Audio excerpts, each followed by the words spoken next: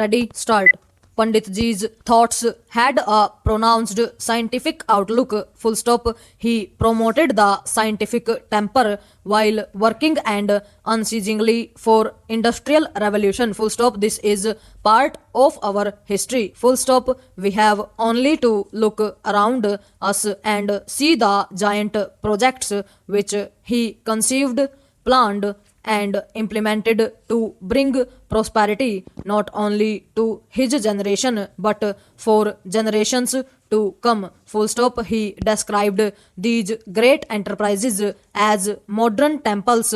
Full stop. These are indeed the most fitting memorials to this great son of India. Full stop. Large irrigation and power projects have made the deserts bloom and ensured uninterrupted water supply for the expansion and diversification of agriculture and industry, large and small. Full stop. The basic heavy engineering and machine making industries provide the sinews to our industrial and agricultural growth, which is further augmented by the increasing use of indigenously manufactured fertilizers and pesticides. Full stop. One has to view the great panorama of the green revolution and the socio-economic development programs ushered in by the National Extension Service and Community Development concepts. Full stop. This will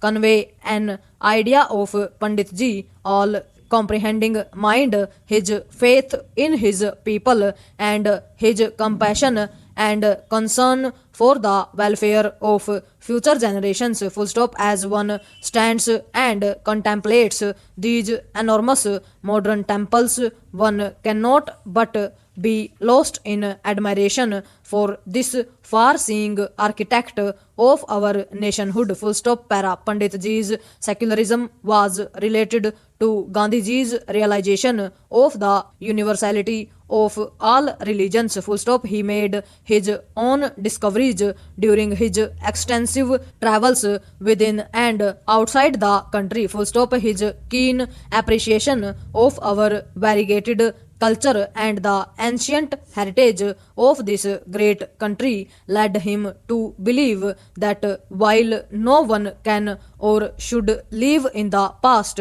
we should understand and respect the composite character of our culture and the basic unity which pervades the several aspects of the many diversities in our composite culture. Full stop. To deny this is to deny our nationhood. Full stop. Pandit Ji preached communal and racial harmony and respect for all religions. Full stop. This is the basis of our democracy and socio-economic development and our survival as a nation. Full stop. Para.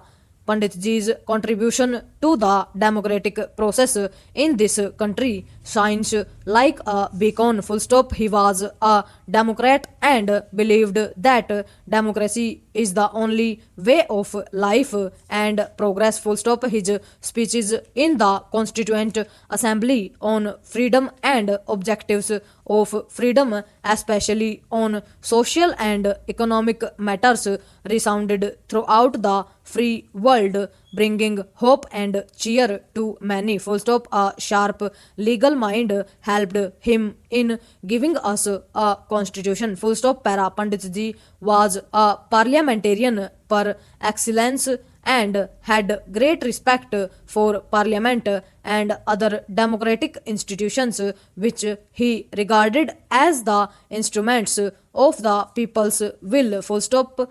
Para. And yet he has often been called both a dictator and a democrat in his lifetime, or been blamed for being too dictatorial or too much of a democrat. Full stop. He had ways and was always impatient when faced with inaction, but he was no Caesar and was always a true democrat at heart. Full stop. Tolerance is a prerequisite to a parliamentary democracy, and Pandit Ji who taught the temper of peace in international affairs, maintained this quality in the working of our own democracy. Full stop. The first general election in 1952, when millions of Indians exercised their franchise in a free and independent India, is the splendid testimonial to Panditji's leadership and the principles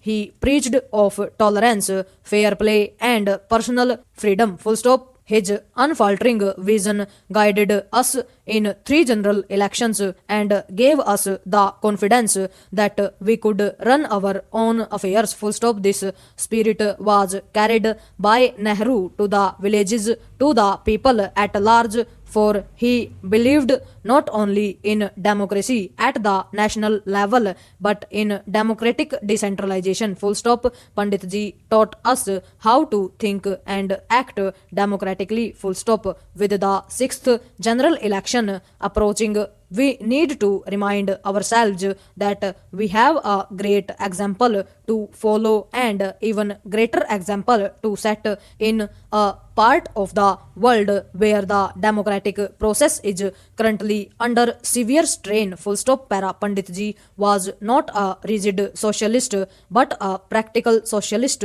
who realized that socialism would not come about overnight but could be achieved only openly and through democratic processes. Full stop. He taught us that both democracy and socialism were irresistible in the context of our living conditions, that one was not possible without the other, that both had to go together and could go together. Full stop. Planning and development according to the people's needs required hard work and even sacrifice of short-term needs for the sake of the long-term future. Full stop. The public sector, for instance, had to be built in pursuance of this objective and to balance the private sector and keep ulterior motives under control. Full stop. The state had necessarily to invest in many industries